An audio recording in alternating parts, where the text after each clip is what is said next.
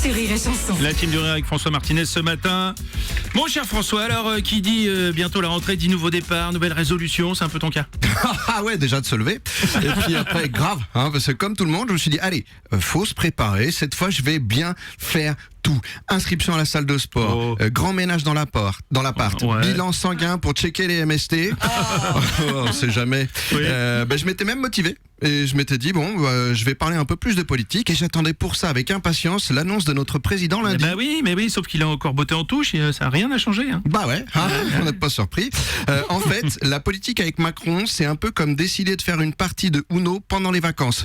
On sait tous comment ça se joue, mais en vrai, chacun ses propres règles, tout le monde se fout de la règle officielle et au final, c'est celui à qui appartient le paquet qui menace d'annuler le jeu si on joue pas comme lui il veut. C'est pas faux, ouais, c'est vrai. D'ailleurs, petit rappel à toutes celles et ceux qui ont essayé de me la faire à l'envers cet été. On ne cumule pas les plus 2. J'ai vérifié, mais j'avais pas à me raser la tête, je le savais, bande de bâtards. Ah ouais, putain, je savais pas moi, tiens. Bon, donc je vais vous parler d'un autre sujet d'actualité. Oui. Roulement de tambour, je sais pas le faire. Les légumes. Ah, alors François, là, tu peux pas dire ça à l'antenne pour parler des Jeux Paralympiques, c'est pas. Oula, alors non. Alors je le sais, mon Bruno, pardon. et c'est absolument pas le cas, détendez-vous.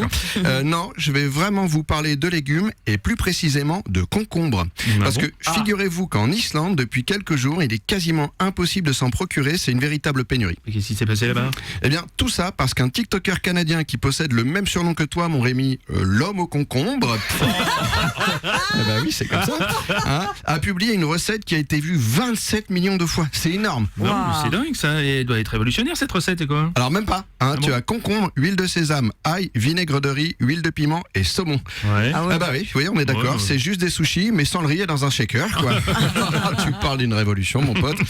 Ça, c'est les Islandais. Bon, en tout cas, les supermarchés islandais ont été pris d'assaut et dévalisés, et certains célibataires ont découvert que les concombres pouvaient aussi être mangés. Il y a pas eu un truc un peu comme ça avec les JO, non? Ah, totalement, mais cette fois c'était avec des muffins au chocolat. Ah oui, c'est ça. Ouais, les athlètes étrangers sont tombés red dingue des muffins servis au village olympique, et les vidéos TikTok d'un nageur norvégien ont rendu ça viral. Plus de 100 millions de vues cumulé, emballement planétaire, à tel point qu'il y a quelques jours, un resto new-yorkais en a fait importer 300 et a ouvert un shop éphémère. Les mecs, ils ont le sens des trucs, quoi.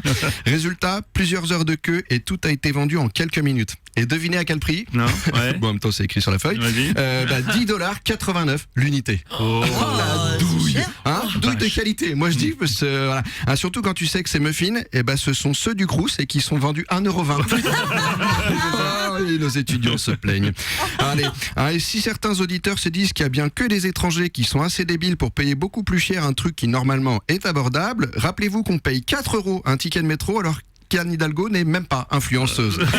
Allez, bonne journée les gens. C'est dans la team du rire, François Martinez. La team du rire.